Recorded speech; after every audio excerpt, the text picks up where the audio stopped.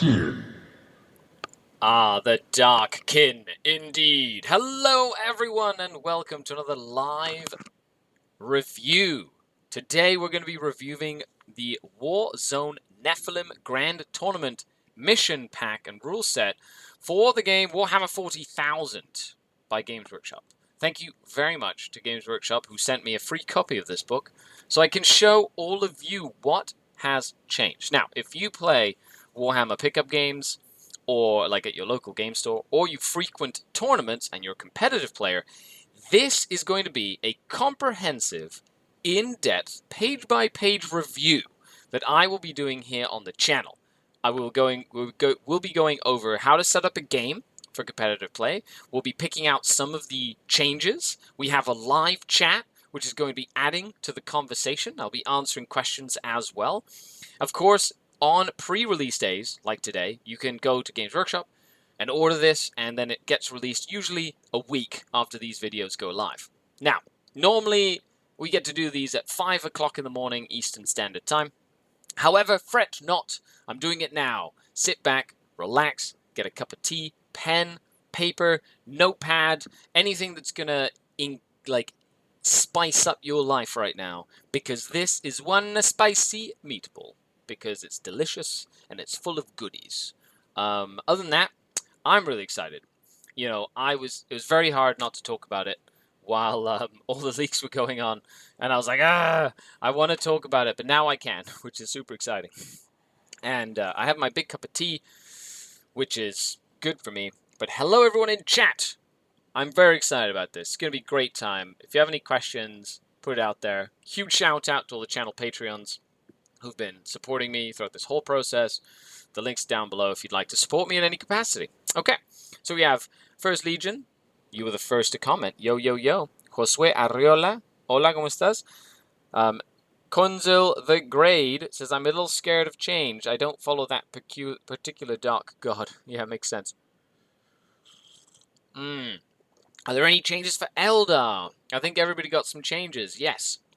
This book, if you play competitive 40k, or just match play 40k in general, this is going to be your go-to in general. It's going to kind of dictate how most people around the globe are going to play Warhammer 40,000. There's a couple of things in here that have changed from the past. We're going to focus mainly on what this has, and we'll, put in some little tidbits of what has changed if we notice anything. So, if anybody in chat notices, or if you notice while you're watching, leave a comment, let me know. I'll get to it, read it, etc. I heard they put the rules back into the book, and Contact Law says, Skari doing the God's work. Hey, how's it going? I do enjoy doing these live streams. It's like one of my favorite things to do, and it's thanks to you, all of you folks who enjoy watching, that I like doing these. Okay. So, quick little thing. Does this have a... It does. Okay, let's just make sure I don't give away my code, because I tend to do that. I'm like, I'm excited, and then I show my code page off, and somebody steals my code, like they did with my Space Marine Codex. I was very upset about that. However, glad you're not doing the Heresy 30k, says Paul. I'll be playing 30k at Mini Wargaming, where I do a lot of content as well. But today, no. Okay, so first and foremost, we have a description of what is battle ready. We'll explain that in a second. In the book, you have the how to play tournament games. You have a scoring sheet that you can use.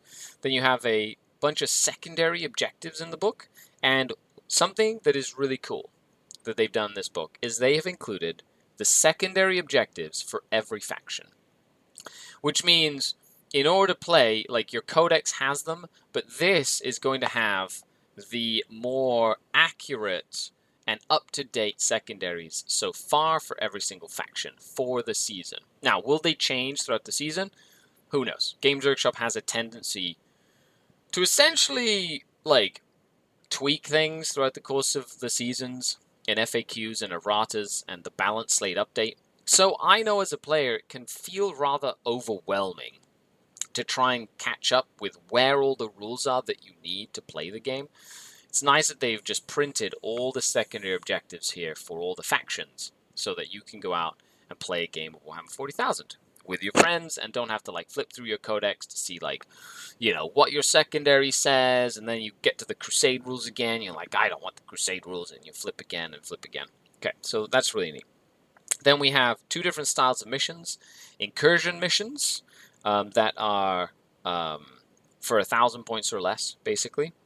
And then strike force missions, which are for like your 1,000 points to 2,000 points. Most of what we're going to talk about is based around the strike force mission pack. When we talk about missions, I'm going to be covering those.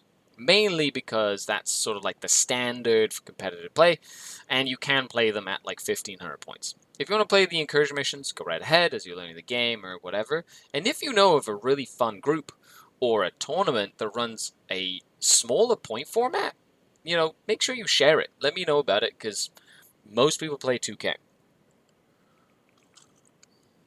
Hello, Ryan Hendricks. Thank you for coming in. Good evening. It is definitely evening. 7:30 where I am, but it's still a young day so far. Then we have the blank tournament scoring sheet again. Cool. And then we have the basic rules. Yes, they have finally included the basic rules for Warhammer 40,000 in this book. And one of the things that they have not put in here are the point values for all of the different factions. Because people got sick of having to pay for points, and good on Games Workshop, they're going to be releasing the points in the digital format. I don't know when they will, however, it will be digital.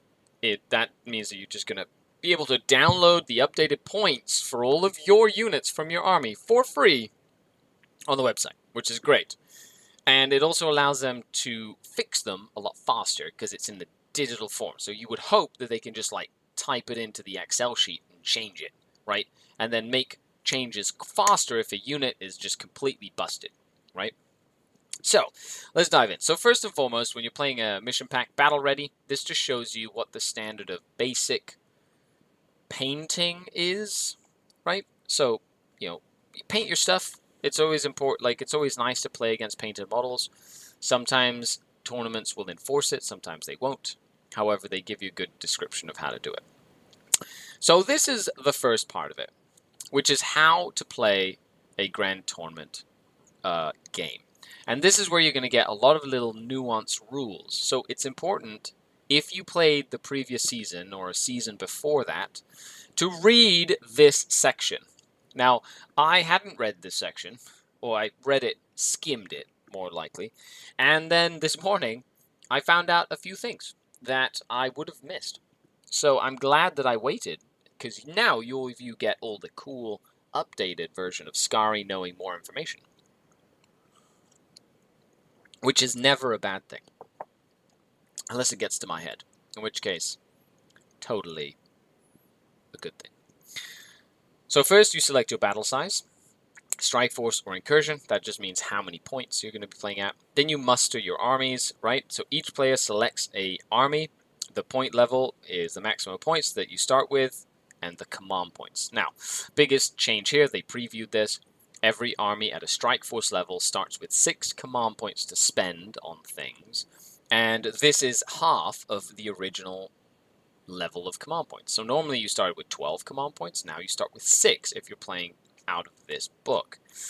Now that means that you're going to have half the amount of command points, mainly to use pre-game, like extra detachments, warlord traits, relics, pre-game abilities that you like purchase for a unit to be upgraded before the game starts. All of the red stratagems, right? Those are the red ones. They're pre-game stratagems and detachments. They're going to come out of that allotment of 6 command points. So, for example, a Harlequin army that's running, you know, a patrol, right, or double patrol to get lots of boats in it. That's 2 command points for the second patrol.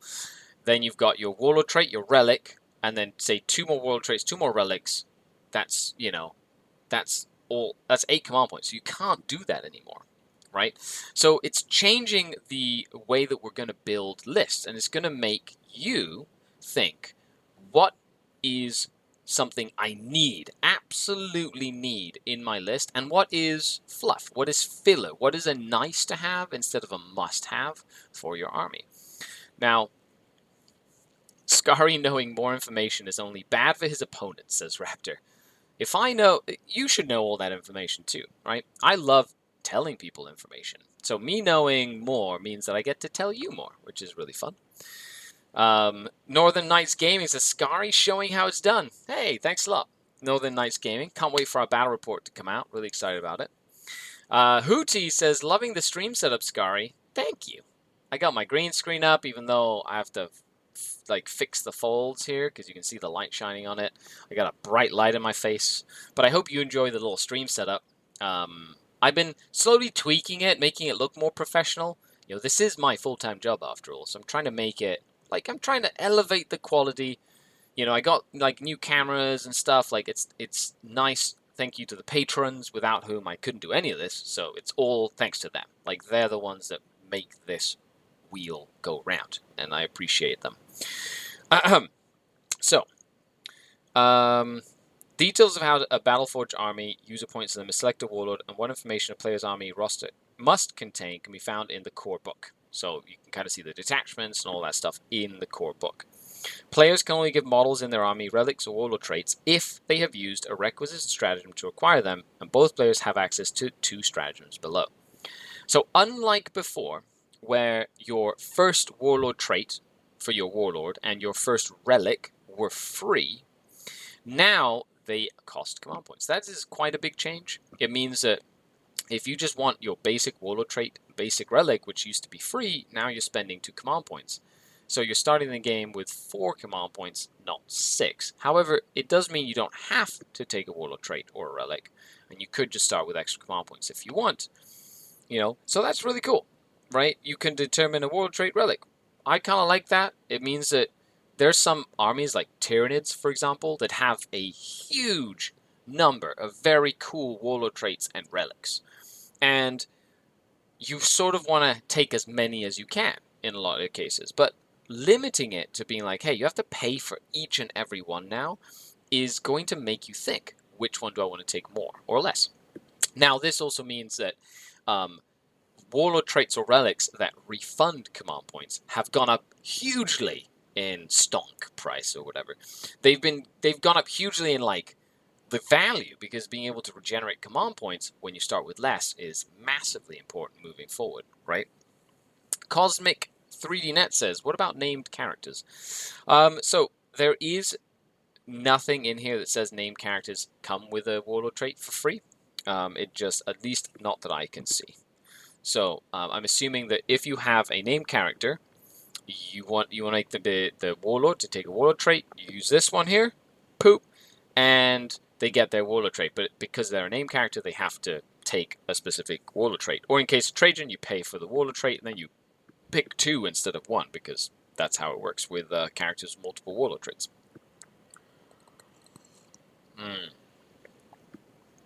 Paul says, anyone know when the new points drop? Or the paints drop, or points drop? Paints? I don't know. So you cannot include any understrength units. You cannot include any specialist detachments. That's from Vigilus and things like that. However, armies of renown are still very much legal. Things like the Coterie of the Homunculi, or other armies of renown.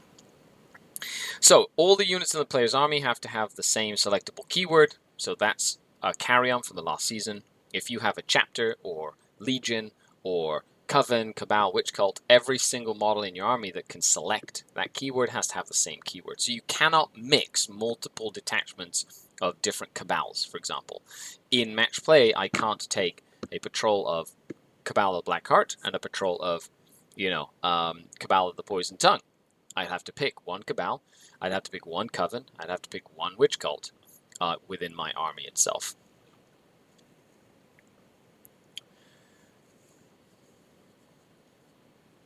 SkaredCast, the change there is that you can give a warlord trait to a second character that's named and semi-important.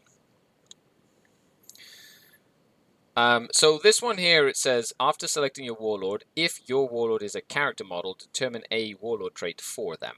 So this is if your warlord, this is specifically a warlord trait for your warlord, not for any character if you have a warlord.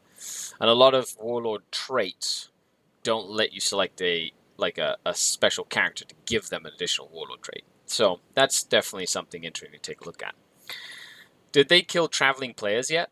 They have not, but it does mean you have to pay for the patrol, right? So that's now you're starting with 4 command points. And then are you going to use a warlord trait or a relic or whatever, right? So how many command points do you want to start with?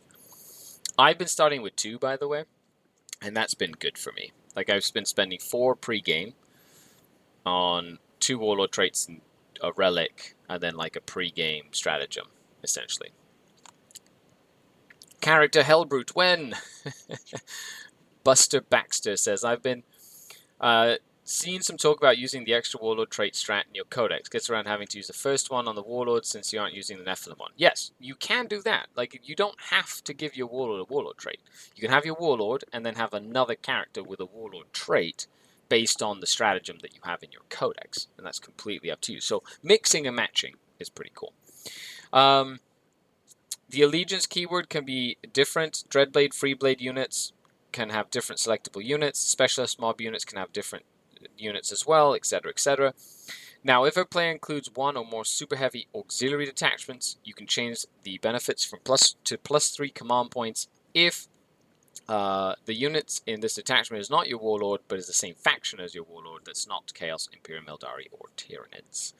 So faction keyword in common with your warlord lets you take a Titan or a big tank or something in a super heavy auxiliary detachment.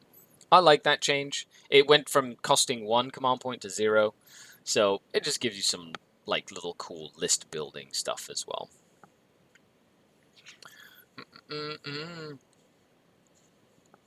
Okay, so determine, so with the exception of units with the troop or dedicated transport, battlefield roles, or units that are added to a player's army during the battle, each player can only include the same data sheet 2 times in an incursion or 3 times in a strike force. So the rule of 3 or rule of 2 is still a thing. You can't spam 5 of the same type of unit or data sheet. Other than troops or dedicated transports, you can take up to 3 of the same unit, except for special characters because they're like unique. You can only have 1 of those. Did they address the alleged loophole where someone could name their, for example, Tyranid High Fleet Ultramarines, include Bobby G because trolls will be trolls? You know, sure, they haven't necessarily addressed it, I don't think. But if, you know, no respecting player will ever play you if you do that. So you just find yourself without an opponent very, very quickly. So moving on. After you've sort of built your army and determine your command points, then you determine your mission. You can roll, and basically it's 9 missions for incursion, 9 missions for strike force. Same thing. Then it tells you, read the mission. Sure. That's something I coach when I do coaching, because I do coach 40k players to play competitively.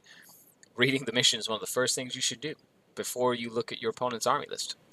You know, and make sure you see what you're going to do and then read your opponent's army list with the bias of what mission you're playing, because that'll give you a good understanding of what to do or how to approach the mission based on who you're playing against. This really hurts, says First Legion.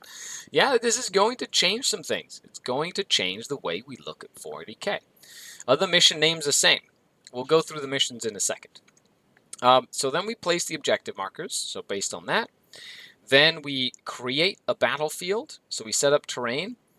The size of the battlefield depends on the size of the game you're playing, and unless otherwise noted, when setting up terrain, use the guidelines on page 120 to 120 font. Terrain features cannot be placed on top of objective markers. Players must use the battlefield terrain rules for terrain features. So the terrain rules, you've got keywords for your terrain. It says build your terrain. Sometimes the terrain is going to be preset.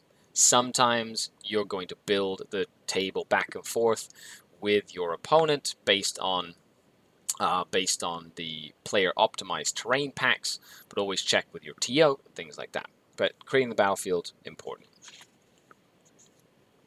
Can confirm, says Hootie, Skari is an excellent coach. Thank you, I appreciate it. It's been a lot of fun working with you as well. So determine attacker and defender. So you roll off, and the winner chooses who's the attacker and who's the defender. Now that comes into play. There's actually, you know, sometimes it determines who puts the first piece of terrain down and things like that. So make sure you check with your opponent. Choose deployment zone. The defender selects one of the deployment zones, and the opponent uses the the other deployment zone. So, you know who attacker's defender is, you know what side you're on, and then you pick your secondary objectives. Now, I do like this that they did with the changes. So each player secretly writes down 3 secondary objectives they will use in the coming battle. This is something that a lot of people don't do. They just go, I'll take this, and their opponent goes, I'll take this, and then their opponent goes, I'll take this, and they go back and forth. Just write down what you're taking before you know what your opponent's taking, and they should write down what they're taking before they know what you're taking, if you're playing competitively. If you're playing for fun, then it doesn't matter. Each player by default uses assassination, grind them down and behind enemy lines. However, each player can instead select up to 3 different secondary objectives to replace those. The objectives they can take can be selected from there. You can't take them from your codex or codex supplement, aka you need to use the ones that are in this book because they're different, right? So that's why they've reprinted them. It's all in one spot. Easy for everybody to find out, figure out, keep track of, all that stuff. However, I do like the fact that every player just has 3 secondary objectives, because it's like, okay, these are the ones that we assume you want to take. And you can change them if you want, you know? So it's like, but these are the ones you're taking. Which is kind of neat. You know, I don't know what you think about that, but it's sort of like the winner has to go first, like winner of the roll-off has to go first. There's less thinking. It's like, okay, do I want that one or another one? And some people might find that very useful to just be like, you know, I'll just keep that one. So, cool. That's pretty neat. Once both players have written down the secondary objectives they will use in the battle, they reveal them to their opponent. Very cool. And you can score up to 15 points. We'll talk a little bit more about them. We'll go through them as well. There's lots of secondaries to go through. Some of them are really good. Some of them are terrible. And picking secondaries really kind of sets apart a good player from a great player. Right, picking the right secondaries for the mission based on how you're going to play the game. That's a whole other series that I could talk about. So, declare reserves and transports. What has changed here? So, both players technically secretly, note down their army, which units will start in strategic reserve, which will start in a location other than the battlefield, so like pre-game strats or whatever, and which of their models will start embarked within transports. When both players have done so, they declare the selections to their opponent. Each dedicated transport unit from your army must start the battle with 1 or more friendly models embarked within it. If this is not possible, that dedicated transport and unit cannot be set up and is treated as being destroyed. I like that change. That's very much a change to stop folks from spamming dedicated transports, which a lot of the times are very reasonable and economical way of getting guns on the table, like a Dark Eldar Raider, or a Harlequin Starweaver, or a Mycetic Spore, which is like, you know, the Tyranid Mycetic Spores. They're really good. So they're saying, well, if you take a bunch of transports, you have to make sure that they're deployed with something inside of them. That helps balance it out, means that you can take it, just make sure there's something in it. Cool. If not, it dies. No more than half the total number of units can be in reserve or reinforcements, and the combined points total of all strategic reserve and reinforcement units, including those embarked within transports in strategic reserve, must be less than half. So you have to put half your army on the table, and you can't put more than half in reserve. Pretty standard stuff. In Warzone Nephilim, strategic reserves can never arrive on the first battle round, and anything that hasn't arrived by the end of the 3rd battle round counts as being destroyed, but that does not apply to units that are placed into reserve after the first battle round has begun. So if you have like a unit that teleports the unit out on turn 4 and comes back turn 5, it doesn't just die, right? Somehow folks like had this argument. I don't understand where that was coming from. That is silly, but it's nice that they've clarified it. Mark Korn says, that dedicated transport update is subtle, but very interesting change. Yes, very interesting. I like little changes like that, but I also hate that those changes aren't like highlighted, right? They're just like, you're assumed to know the previous book well enough to read this and then just know the changes if you've been playing for a long time. So the change can be like literally, it's a single sentence or like 2 sentences, you know? And if you don't read the entire paragraph, you would have never known that was a rule. You know, so that's, for example, one of the things that right over my head. I was like, didn't even occur to me that something like that would have been put in, but, there it is. Then we have your deploy armies. Players alternate setting up their remaining units, one at a time, starting with a defender, so it's back and forth. Probably one of the most important parts of the game, deploying your units. I put a unit down, you put a unit down, and you can kind of like gauge where your opponent's going to go, and application of force and ranges and line of sights and stuff. It's like a mini game before the game even starts. Really, really important. If you have a fortification, you can like take a piece of terrain out, etc., and put your fortification down. So rules for that.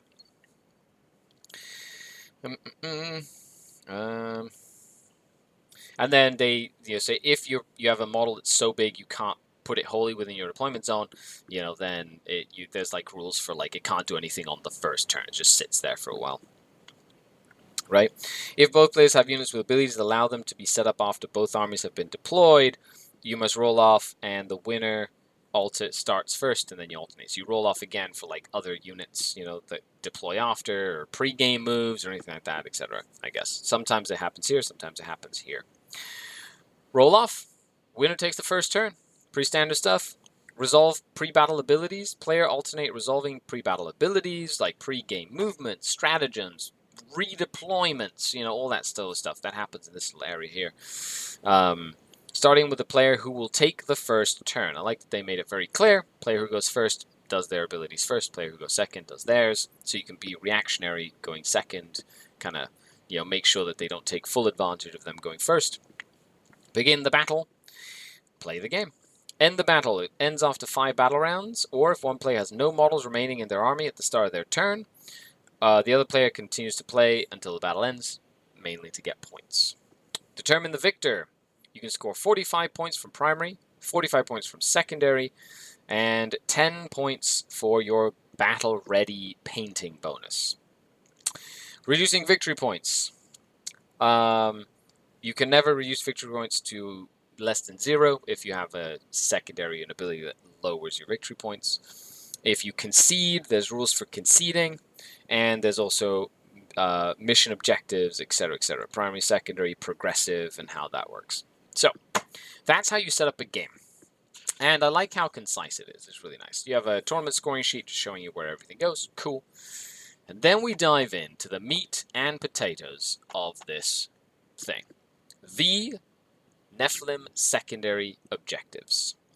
Now, some of them have changed. Some of our favorites have disappeared. Ones that you took every single time, to the last, stranglehold, are no more. They've gone, they've disappeared, into the void, into the ether, never to be seen again. Well, who knows if they'll be seen again. However, that does change a lot of people's list design and playing the game design. And I really, really like what they've done to change it. I absolutely am on board 100% with some of the changes they've done. Now, I don't know, there's a caveat, all of the different secondary objectives, and what to change in each one. So I will go through, so like in broad terms, the main ones. The faction-specific ones, I'll kind of skim through them. If there's one that you'd like me to talk about, make sure you put it in the chat, and I will read out the comments and all that good stuff. Okay, so you have your default secondary objectives. If you have a faction like Space Marines, Chaos Space Marines, Successor Chapters, etc., you can take the secondary objectives from them instead of the ones in the book. And one of the key changes here is you can take all of your secondaries from your faction secondaries, which is fantastic. Some faction secondaries are incredibly strong, like game-winningly strong. So it's very interesting that they went from the previous season being like you could never pick more than one faction secondary to now being like you can pick as many as you want. Why? Because they've printed secondaries for pretty much every faction in this book. So I think they feel like they've leveled the playing field and have more options for all factions. I think that's a good change. Let's dive in.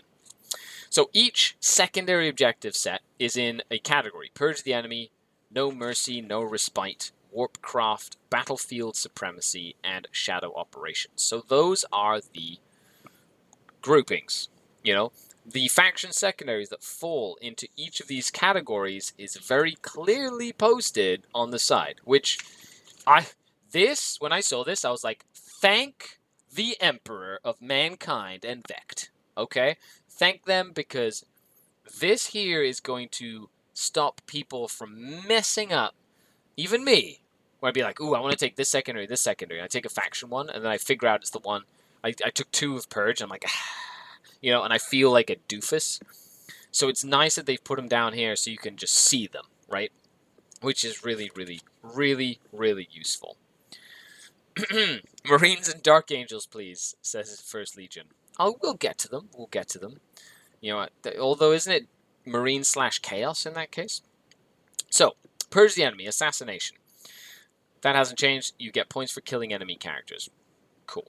Bring it down. You get points for killing monsters and vehicles. They've sort of amalgamated it with what used to be called Titan Killer or Titan Hunter, where you get more points the more wounds a vehicle or monster has. So a vehicle or monster that's 20 wounds gives you 4 points for that secondary. A vehicle that's 9 wounds or less gives you 1 point, or monster, right? Which means you count up what you can score, and you can be like, oh, okay, so if I kill all your monsters and vehicles or whatever, I can get so many points. It's decent. This is definitely very game dependent. Assassination also, and then all the faction ones that you can pick there. There's a lot of them. Not as many as No Mercy, No Respite. Look at that. That is a massive list. So No Mercy, No Respite, grind them down. Kill more every battle round than your opponent kills of you. Pretty straightforward. Can be tough to do in some matchups. But if you're playing like a tough army with few big tough units against an army that has lots of little units, that's usually a good choice.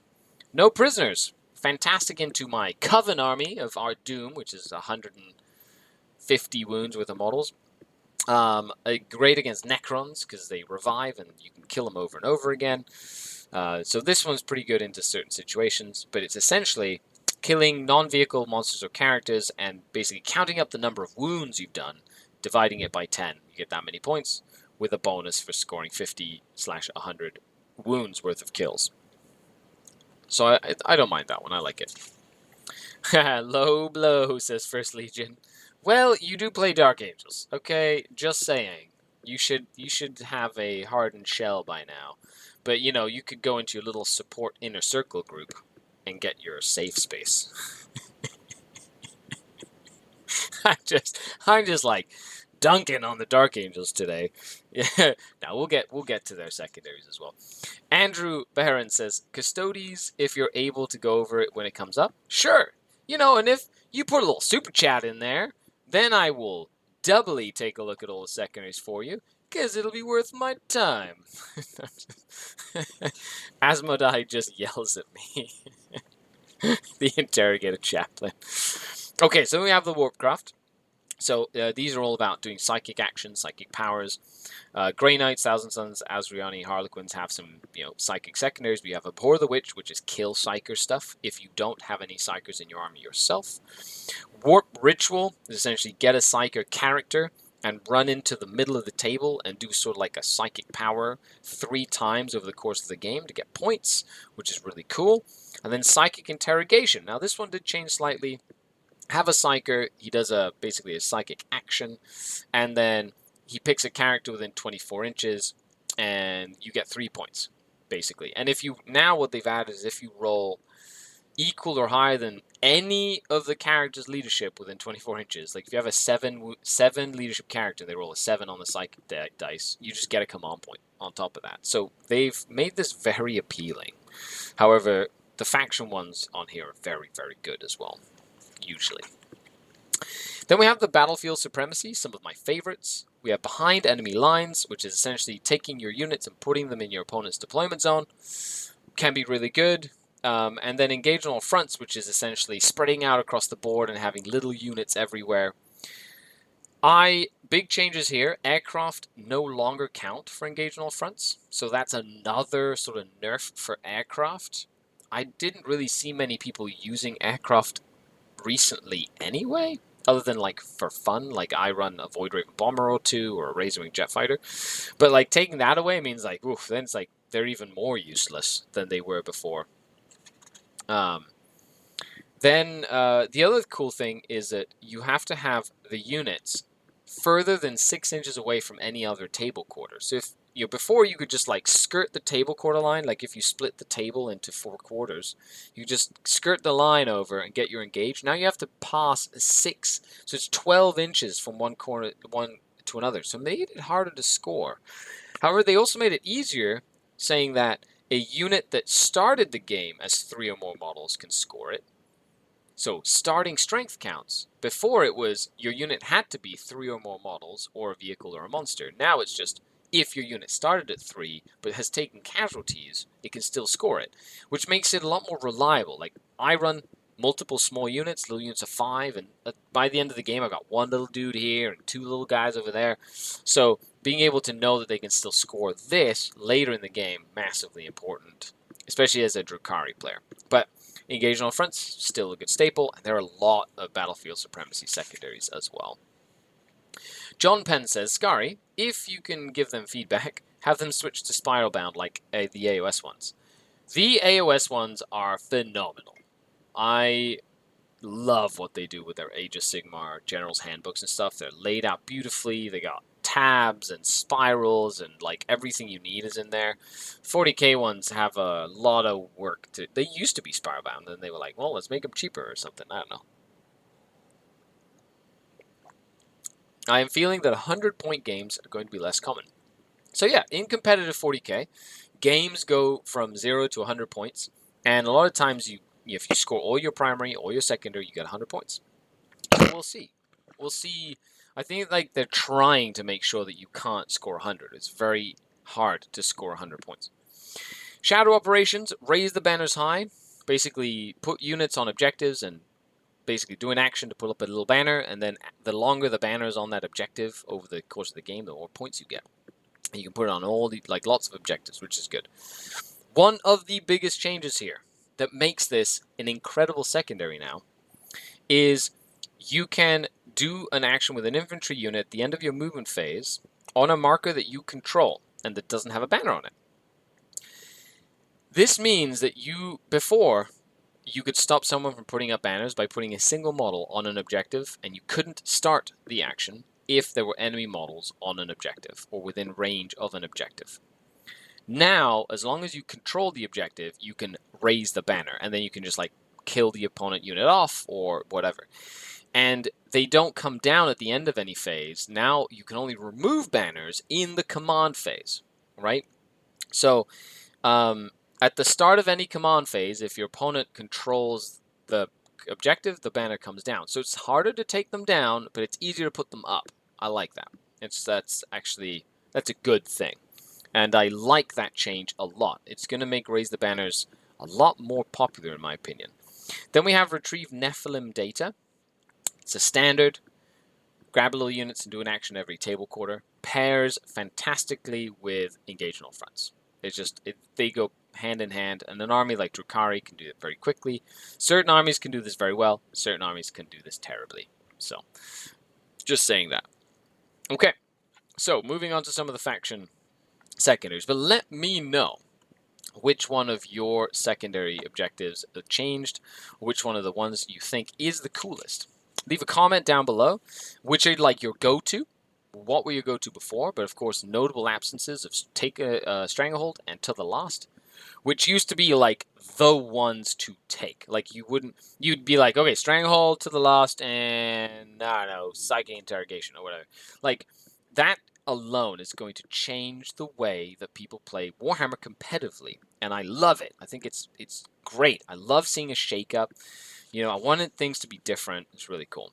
Okay, Forces of the Imperium. The Forces of the Imperium secondaries. Yeah, banners does look a lot more viable now, for sure. So, the Adeptus Astartes, the Codex Space Marines. We don't need to hear about them. We can skip that. No, I'm kidding. So we have Purge the Enemy, Codex Warfare. So basically here, you kill stuff in Devastator Doctrine, Tactical Doctrine, Assault Doctrine. Now, normally it's very hard to get kills in the Devastator Doctrine unless you're playing on an open battlefield. So a lot of folks don't really like having to, you have like a limited amount of time to score points. However, they did make it a little bit I don't know. It's like you get 5 points each. So if you'd have to kill 1 to 3 things in the first turn, or in the Devastator first turn, or with Ultramarines you could flip your Doctrine and go back to Devastator Doctrine, which would be kind of cool. So there's some like play there. But this is not easy to do, especially against somebody who knows what they're doing. Stranglehold was a World Eater staple. Makes me read. Yeah, you should read. Read and look more into the secondaries. Battlefield Supremacy, Shock Tactics. Score 3 points, controlling 1 or more objectives that controlled by your opponent, and you basically take away from your opponent. This is quite good. The cool thing is it's at the end of your turn. That's fantastic. So you just have to take objectives away from your opponent. And it's just take 1 objective away from your opponent, get 3 points. This is fantastic for Space Marines because it literally means you're playing the game. Take the objective away from your opponent, get 3 points. Like, it's quite good. The only way that you couldn't score it is if your opponent decides to not get on any objectives, which means they would literally lose the game. So that one's really good. I like that one a lot. And then Oaths of Moment, a staple. Essentially marine things. You want to be in the middle of the table. However, they did change it to be only characters and core have to be wholly within 6 inches of the table. So no more little like wolf units or land speeder storms. Like, you have to put like a character in the middle of the table or a core unit to get those points.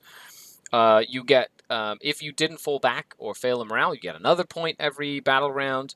And if you kill a character, vehicle, or monster, you get another victory point. So you can get up to 3 victory points every battle round instead of 4, right? So it's harder to max out because you can only get a max of 15 because they made the middle of the board 1 instead of 2. That's a big change, especially for late game, because it's hard to do it for 3 turns and they get 12, right? You have to do it for 3 turns, you get 9, right? So there's like a very marked difference. This was a very big staple. It has changed. Wait, I thought all Marine units were core anyways. Says Cosmic. That's true. A lot of Marine units are core, okay? They gave out the core keyword in the Space Marine Codex like candy at a fair. It was like, here's some candy, kids. And then we're like, Necrons? No one. No one gets core in the Necron Codex. And then like 6 months later or a year later, they're like, okay, we'll give core to everybody in Necrons now anyway. It was too late by that point. But at least they've been like working on stuff like that, right? Okay, Black Templars. My favorite chapter. I play Black Templars. Purge the enemy, bathe your blade in the blood of your foe. That's one of my favorites. Now, I will say that for bathe your blade, Blade of Sanguinius, and I think any of the other martial interdiction from the Dark Angels. What else? Heroic challenge from the Space Wolves. Like, all of these ones that had you declare a challenge and have your opponent accept the challenge. Before, I would pick I would pick someone to declare a challenge. My opponent would then pick someone to receive the challenge and accept the challenge, and then I had to try kill that model or that unit in close combat to get full points. Now, with all of these secondaries, I get to choose who accepts the challenge. That's a massive change. And I found that a lot throughout these secondary options. There were a lot of secondaries where my opponent got to choose things, and that's changed. A lot of them are now you get to pick it instead of your opponent. And that has made a lot of secondaries more viable in competitive play, because in a competition, if you give your opponent the opportunity to make a decision to help you score points, they're going to pick the worst possible option for you to score points with. Every time. Like, if you give them a choice, they're going to try and F you up. And that's usually how that goes. The Reaper Man creator says, I hated not having much core for my crons. Mark, you can have all chapter secondaries now. Yes, you can have all the chapter secondaries, which is really cool. Then we have Allow Not the Worship of Unclean Idols, which is essentially a shock tactics, but it's for each objective that you take away. So instead of 3 for 1 or more, you get 2 points for each one that you took away from your opponent. So if they had 3 objectives and you took all 3 away from them, you get 6 points, right? That's cool. And it has to be with a core or chaplain unit on that objective. So that one's like kind of better, like in lots of objective-based missions. And then carry out your vows. It is so long and convoluted. I'm not even going to read it. Essentially, you have to do things and kill things in certain ways or certain things based on what vow you took. It's way too much bookkeeping. I am not even going to worry about it. Helbricht is too much fun. Yes, he is. Big Daddy Helbricht. So then we have Blood Angels Chapter. Blade Sanguinius. Kill something. Yep, he's good. Relentless Assault, by the way. Like, these Battlefield Supremacy ones the Marines have are quite good. But this one is probably the best. At the end of the turn, score 4 points if there are more Blood Angel units from your army in your opponent's deployment zone than there are enemy units in your deployment zone. This is... Who wants to go into a Blood Angel deployment zone? There are like 30 Sanguinary Guard sitting behind a building that are going to murder everything in your army. And if they just have one model, you know, if they have one model in your opponent's deployment, not wholly within, just in, so like within, right? Ta-da, done. Like, they just get 4 points. It's just so silly. It's it's like a fantastic second. It's 4 points for that. It's like a behind enemy lines with 1 unit for 4 points. This guy, says Markacorn. So, No Mercy, No Respite. You have 2 of them. Fury of the Lost. So, you're trying to get your Death Company to kill stuff and to be killed. So if you're running a Death Company heavy army, sure. But it's not one I've seen a lot. And then Death from Above is kill something with Blood Angels when they deep strike or come in from reserve, essentially. So you can use On Wings of Fire, come down, mute again, kill something else. But this requires a little bit more pre-planning. But that one's really good. And that one's actually not bad now. Because you can be like, I want your crappy character to accept this challenge. Or your support character to accept this challenge. Because I know you have to use that character. And I'm going to go send a jump captain to go murder him. And then I'll get lots of points. Dark Angels. Okay. So Dark Angels, you have Purge the Enemy, Martial Interdiction. So that's essentially, you've got a selected character model from your opponent's army. This is basically the same. You have to try and kill them with an inner circle unit. It's like a assassinated character, essentially. No Mercy, No Respite. Death on the Wind, one of the best ones. Kill something with a Ravenwing model from your army that moved 12 inches or charged. Like, if you're running all bikes, this is incredible. There's no cap on it, too. So you just score 2 points every time a Ravenwing unit that moved fast kills something or that charged kills something. And you can make a very aggressive Ravenwing army. I've played against it. You score a lot of points with the secondary. Now, Stubborn Defiance is the one that sort of like put 40 Terminators on the map for Deathwing Knights and stuff like that. But it's changed now. Now you can still get your 15, however you have to pick an objective that's outside of your deployment zone, which changes a lot. It means that if you want to score a full 15 points, you have to have a forward deploying unit like Incursors or Infiltrators to hold it and then stay there for the whole game. Which does change it.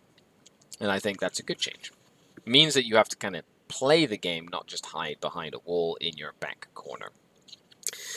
So you've got your Deathwatch chapter. Cull Order, which is Purge the Enemy. So you pick battlefield roles and essentially have to kill battlefield roles from your opponent. So an army that only brought like 1 fast attack slot or whatever, 1 elite slot, like you can do this. Now, you select 3 battlefield roles. I think before it was you and your opponent each took turns selecting battlefield roles or something like that. Now you just go like, I'm going to select heavy support because you got 1 heavy support slot, elite because you have 1 elite, fast attack you have 1 fast attack. And then if they don't have any of those slots at the end of the game, you get like 4 points each. So, that's pretty cool. The Long Vigil. Score 4 points if there are no enemy units wholly within your deployment zone, and there's 1 Deathwatch unit from your army wholly within your deployment zone. This is basically like the Blood Angel one, except keep people out of your deployment zone. Cool. Shadow Operations, cripple strongholds. This one is your opponent must select one objective not within the deployment zone, and you basically have to go and like do an action on it and get some points and stuff like that. Anytime you get your opponent to pick something, I hate that. It's like the worst. And then Suffer Not the Alien. 1 point each time you kill a Tyranid, Eldari, Orc, Necron, Tau unit with a Death Watch unit. This is like so good against aliens, which is what the Death Watch do. They kill aliens. Now, cool little thing here is they gave every single like chapter their own secondary. You know, I'm not going to go into all of them because it's going to take forever if we go through them. If you would like me to do a specific secondary objective breakdown, click the like button, leave a comment. If we get it up to like 300 likes, I'll just do like a segment on every single one. So, you know, thanks for clicking that. I'll basically go, okay, Imperial, I'll do a breakdown. We'll go through each one and kind of break it down. But Imperial Fist, Iron Hands, Raven Guard, Salamanders, they all got one. Space Wolves, they have their really cool ones as well. Ultramarines, theirs, by the way, I think is very powerful. Get 4 points every time you do an action on an objective. White Scars, they're pretty cool as well. Then we have the Sisters of Battle. They've got some solid ones like Sacred Shrine or Defend the Shrine now. You get to pick your objective, which is massive. Your opponent has nothing to do with that anymore. Then we have Leap of Faith, which is still about the Acts of Faith and Faith dice. But Sisters of Battle now get double the amount of Faith dice. They get one at the start of their player turn now, which is really, really cool. Then we have Purge the Alien, like Mortalis, Mighty Terror, Stand Vigil, which is the Adeptus Custodes. And if you were sad about the loss of Stranglehold, then Stand Vigil is the secondary for you. Essentially, at the end of the battle round, score 3 points if you control more objectives that are not within either player's deployment zone than your opponent does. Now, it is end of battle round, which is sad because you have to like hold it for like the end of the game. But it does mean you can usually hold 2 objectives in the mid of the table and get your points instead of having to like do other things. The Mechanicus, Astra Militarum got 1, 2, 3, 4 of them, which is awesome. I cannot wait to see what they do with a potential new codex for Astra Militarum. The models they showed off, oh boy. All my old Talarn are really jealous of that. Knights, they just got released, so I'm assuming they don't change too much. However, please correct me if I'm wrong. And then Grey Knights. Same thing with the Forces of Chaos. So these are the Forces of Chaos secondaries. We've got, you know, all the Traitoris Astartes have 3 different ones. So No Mercy Nor Spite, the Long War, that's one that was previewed in the previous books or whatever. Just that one is really good for just playing the game. Then we have one for each sort of like sub-faction. Alpha Legion, Black Legion, Creations of Bile, Emperor's Children, Iron Warriors, Night Lords, right? Red Corsairs, Word Bearers, World Eaters, right? Then the Death Guard get a whole bunch of theirs, and theirs got a little better as well. Thousand Suns have 4. They usually have a good secondary as well. Chaos Knights that just got released. They're giving World Eaters, says Market Corn. Fine, I will read the Corn one for you. Purge the enemy, Skulls for the Skull Throne. If you select this objective during the Resolve pre-battle ability step of the mission, select one World Eater's character model from your army to issue the challenge. Essentially the one that, you know, we had from before. That, like, Black Templars and Blood Angels have, essentially. Score 5 points at the end, and then you pick a character model from your opponent's army to accept the challenge. You score 5 points for each of the following conditions that have been satisfied. The model that accepted the challenge is destroyed, 5 points. The model that accepted the challenge was destroyed as a result of a melee attack, 5 points. The model that accepted the challenge was destroyed as a result of an attack made by the model that issued the challenge, not necessarily just in combat, but any attack, 5 points, right? If the model that accepted the challenge is a strategic reserve or reinforcement unit, and it is destroyed as a result of not arriving on the battlefield, then all of the conditions are satisfied, and you get 15 points. And if all 3 of these conditions are satisfied during the battle, you also gain a command point, which is the same of all the other ones. Essentially, issue a challenge, with a World Eater guy and go murder someone's character. Very iconic, and I think it's really cool. I like it. I think it's neat. Yeah. So then we have the Xenos forces, demons. They got some ones too. I love the fact that they have some secondaries as well. Haven't really read too heavy into them, but I'm assuming they'll be good. Craftworld Eldar, Drukhari. Oh, you know I'm a Drukhari player. Take Them Alive got changed. Very excited about that change. You can score 5 points instead of 4 per battle round.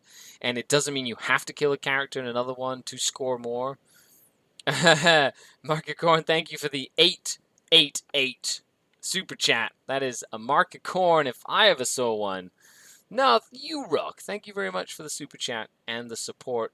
I really, really appreciate it. Thanks to support like this that lets me do what I do. So I appreciate it. Thank you very much. So you can just kill anything in combat up to 5 units per turn or battle round, which is really cool. I really like Take Them Alive now. Beasts in the Arenas is now not just for witches, which is great. Fear and Terror is actually a little bit more nuanced. If an enemy fails a morale test, you get a point. If an enemy unit falls back, you get a point. But it's for each time it happens. So if you charge your whole army into an enemy and then they fall back with 5 units, you get 5 points. That's kind of interesting. A unit fails an action, you get a point as well. So you can take abilities that deny actions, like Ooga Booga Homunculus or something like that, and that's really neat as well. And then you might even get a score a victory point if you kill something in combat and you roll over their leadership characteristic, etc., etc., etc. So that one's really interesting now. And then Herd the Prey, which is a standard one. Keep people out of deployment of table quarters. Now it's just 1 point instead of 2 for table quarter, but you scored on turn 1. So an average 8 to 10 instead of 12 points. Yeah, so it's a bit of a downgrade, but that Herd the Prey was too good. It was just too good. So I'm glad they kicked it. But they gave us options. I like options. Okay? Options are good when you're playing a game competitively. Harlequins, OP, please nerf. Tyranids, OP, please nerf. They got some cool ones too. Genius of the Cults, theirs changed a little bit. The Brood Swarm one is actually quite good now for Battlefield Supremacy. It's about getting more models in places, which is neat. Necrons, they got some really neat ones as well. Same thing, some of their core ones of your enemy picks objectives or whatever. That's changed. It's now a lot more normal. Code of Combat changed, where you can do shooting combat. They got a buff, right? So I love it. I love seeing secondaries become better and easier to score. Then we have Orcs. Cool. I don't really know much about the Orc secondaries, but I hope they change them. Tau Empire, right? It's not like they needed much help. And there you have it. The secondaries, lots and lots and lots of secondaries. Some are subtle changes. Some are big, sweeping changes. But all in all, I feel that this season, or at least for the next couple of weeks, we're going to be finding folks like myself in the Art of War, everybody at the competitive level that starts using these is going to start finding good combinations with different factions, and hopefully it starts bringing some of the top factions down and then bringing some of the factions that have been struggling to score points up, as long as they have more options to score points, and then we take away some of the silly, easy-to-score ones like Stranglehold and To the Last. I think it's a good thing for the game. You can disagree with me if you want. I like the changes to command points as well. Less command points means less shenanigans in the game, building stage. It means you have to be more careful with how you spend your command points over the course of the game, and I like that as well. But then we go into the missions. Now, I'm not going to go into the incursion missions because I don't really play those, but these are for small games. Usually there are less objectives on them. It's smaller deployment zones. They're just for smaller games, essentially, which can be really handy. But most competitive games played off of the Strike Force missions. Strike Force missions at 2,000 points on average. I love all the Necron artwork, by the way. I just wanted to put a note out. These look so cool with the giant monoliths and stuff. Oh, terrifying. Like, who would want to fight against that? I would not want to fight against that. I will say, the missions, if you're used to the old missions, are essentially the almost exact same as the old missions. They've changed maybe a few things, but in terms of layout and objectives, they're about the same. So if you are a veteran of the Octaris and then the Nakmund packs, then you will be very familiar with how these sort of look, right? In here, the biggest change is we have what's called Battleforge CP bonus. So, in these missions specifically, at the start of each player's command phase, both players gain a command point, not just the player whose turn it is. They are Battleforge CP bonuses, so the limit of gaining a maximum 1 CP per turn do not apply to these extra bonus CPs. Which means you start with 6 command points, but this is how they give you a command point in every command phase, which means you get double the amount of command points in a game, not one in your turn, but one in your opponent's turn, one in your turn, one in your opponent's turn, one in your turn. So if it's the opponent's turn and you get one, if you have that 1 CP in the bank, you get another one, you have a 2 CP strat you need to use as a reactionary stratagem in your opponent's turn, it gives you options. And I like it. It's an elegant way of giving people more CP. So you can either hoard them and use them all in like a big 8 command point turn, or you can use them sporadically throughout the course of the game. But it means that stratagems and things to do with that and command points are going to be used more throughout the course of the game rather than like right in one go. I like that change, but it's a mission rule. So that's, if you're playing this mission pack, that's where that rule comes from. It's you build an army with 6 command points, and then at the start of every command phase, you get a command point instead of just on your turn, which I think is an elegant way of doing it, but it's just for these missions, right? So it's like a mission rule. So in this case, the missions are pretty much the same, especially for Recover the Relics. Hold 1, hold 2, hold more for 4 points each. Get kill points, so for every enemy unit you kill, and you only receive your Battleforge CP bonus at the start of the command phase if you control either one or more objectives in your opponent's territory, or if you control one or more objectives in no man's land. In addition, at the start of the command phase, if you control it in your opponent's deployment zone, you get 1 additional command point in addition to the CP bonus. So having pre-game deployers that move up and deploy on like these objectives to get your command points from the beginning of the game, now it's like doubly important in this mission because you're not going to get 2, right? Your opponent's and yours if you don't have models on that objective and you go say second, for example. So you need to have forward deployers. Super important. Highly recommend. Tear down and icons. You're still doing little like putting little bombs down, essentially. I don't think they changed it very much. It's one of my favorite missions, but you're trying to put bombs, and they count as like objectives at the end of the game. Whoa, so you could pick up 4 CP if you hold the opponent's objective for a full battle round? Yeah, an extra 1 in your opponent's command phase, and then in your command phase, you're getting 2, right? 2 and 2. So taking your opponent's objective in Recover the Relics is like twice as crazy, right? Or stopping them from holding any of the middle objectives, and then they get like 0 CP. Like that, like, you can really, in this edition, fight people's CP usage.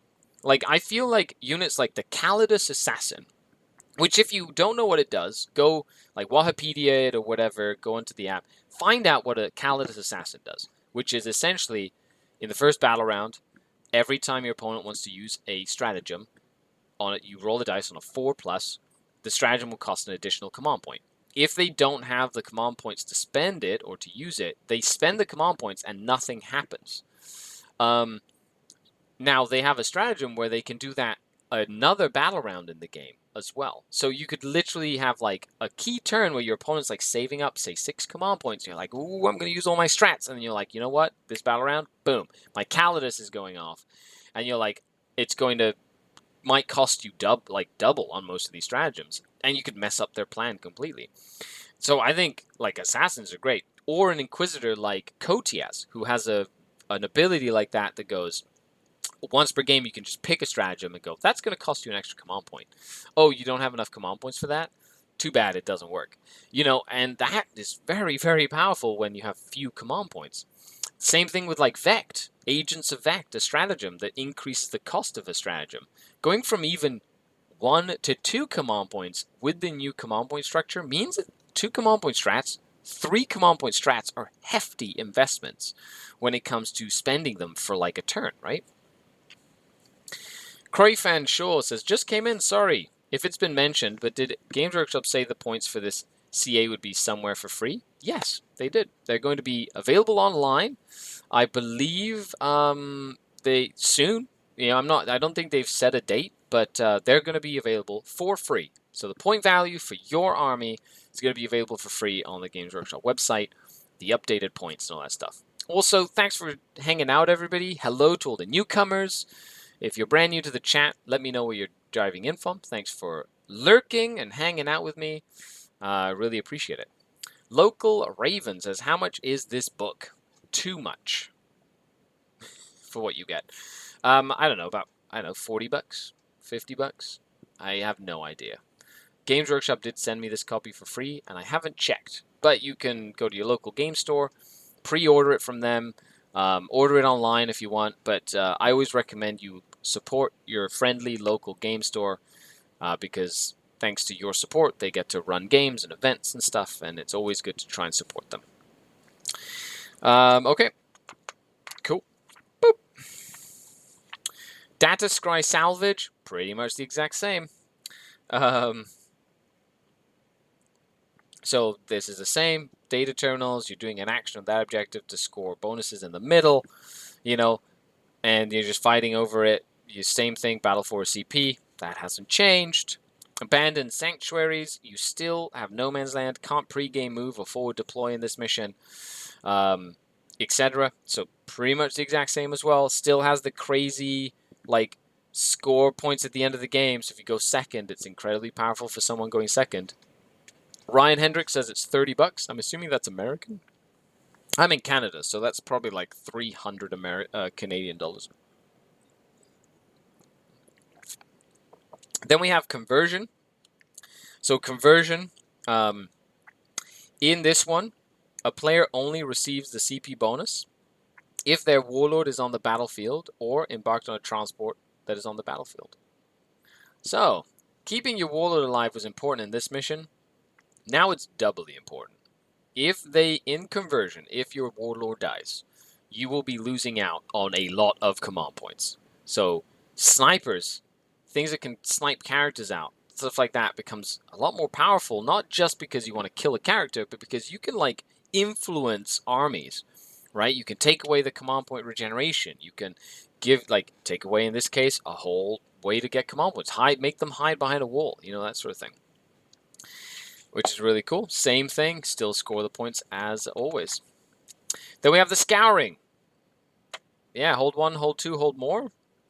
You know, try and scan, do the strategic scan, which is on every single objective. You can do it, 1 unit can do it, and it's done at the next command phase or at the end of the battle, right? And same thing, so that hasn't changed at all. Tide of Conviction hasn't changed at all, except you only receive your Battle Forge CP bonus at the start of your command phase if you control the objective marker in your deployment zone. So there again, if you take away your opponent's objective in this mission, they are going to lose out on a lot of command points. Like, it's crazy important how much of an impact it can have to build like an aggressive unit or part of your army that can go and just contest an objective, right? And then they don't get command points for a turn. Like, that could swing a game. It's very, very powerful. However, they still didn't change the overrun part, which is like at the end of the game, you just get, like, whoever goes second in this mission can get 20 points for going second. Because you get a maximum of 8 points, right? And if you're doing that, then you're more than likely holding 2, holding more, and holding 3, right? So if you do that, you're going to get 12 points for primaries and then the bonus. So 20-point flip, right? On Tide of Conviction. It's nuts. Absolutely nuts. Connor Doherty, $20 super chat. Thank you so much. Doing great, Skari. Really appreciate the support. Thank you very much. I really, really appreciate that. I have been having a lot of fun doing these reviews and overviews, and I love playing the game competitively. I love playing the game narratively, and it's really cool to see. Like, my brain has been like little cogs turning all week. How am I going to use the new secondaries? What is my list going to look like? You know, how am I going to use this to my advantage to win games and things like that? So it's really cool, and I really like it as well. Market Corn says, it's a shame they didn't fix this mission and abandon sanctuaries for the same reason. Right? So going second in this mission is like 20 points. It's like, so the mission, this one and the other one are like the worst missions in my opinion. Dawn of War deployment is like outdated with the format because it's so aggressive. You can just murder each other so quickly. But going second is too powerful in these missions. Especially like against like Harlequins. You know, Harlequins are Tyranids. They just go, I'm going to go second. And then they just win. Like, it's hard. It's very hard to play some armies on these missions. Thank you, Connor. I really, really appreciate the super chat. So, Death and Zeal, the second to last mission. So in this one, you essentially have sticky objectives. So you can hold an objective and then move away from it. It remains under your control. Which is really cool. A direct assault is just like take objectives that you didn't control and then or hold all of them on the table or whatever, which is really neat as well. It's one of my favorite missions.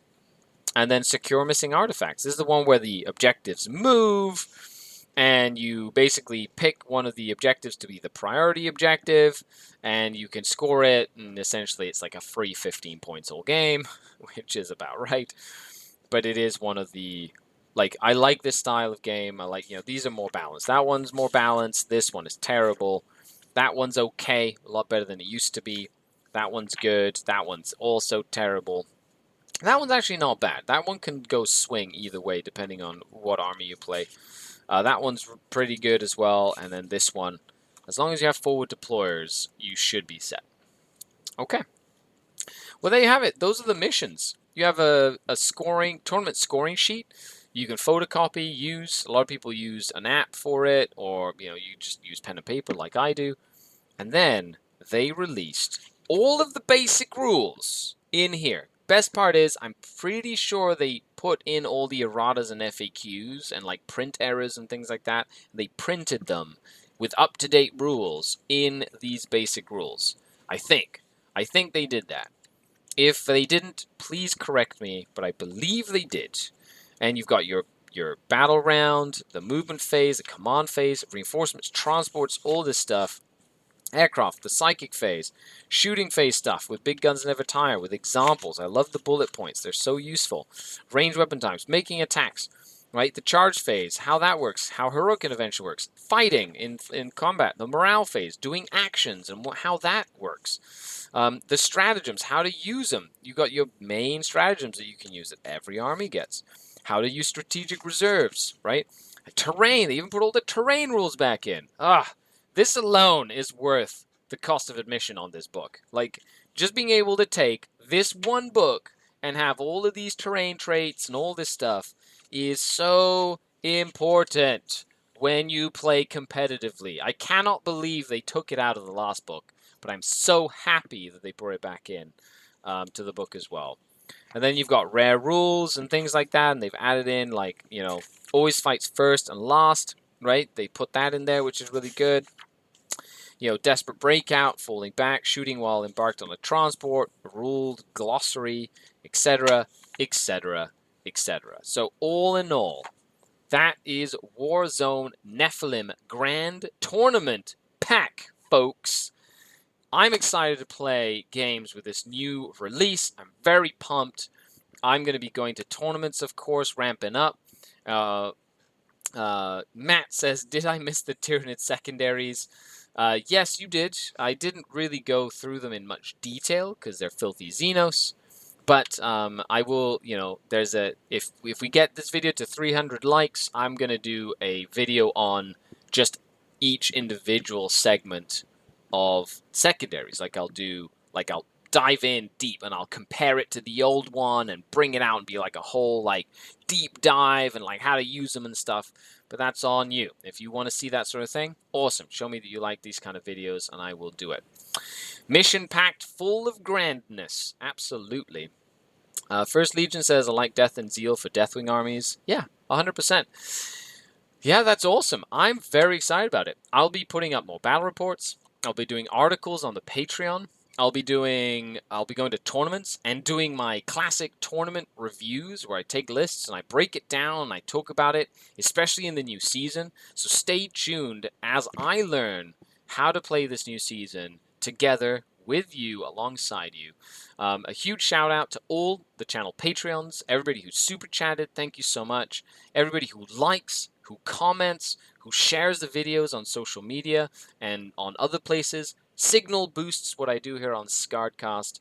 This is what I do full time. Without all of your support, I wouldn't be able to do this. So thank you so much. I will continue to try and bring knowledge to your screen so that you can take some of that and maybe, do something with it. So I appreciate it. Other than that, thank you very much, everybody, for hanging out with me today. I'll see you all on the Patreon Discord, hanging out, as well as with all the other content that we do on a regular basis. I've been Skari, your grateful host. Don't forget, Warzone Nephilim is available for pre-order today. Signing off until next time. Skari out. Bye, everybody.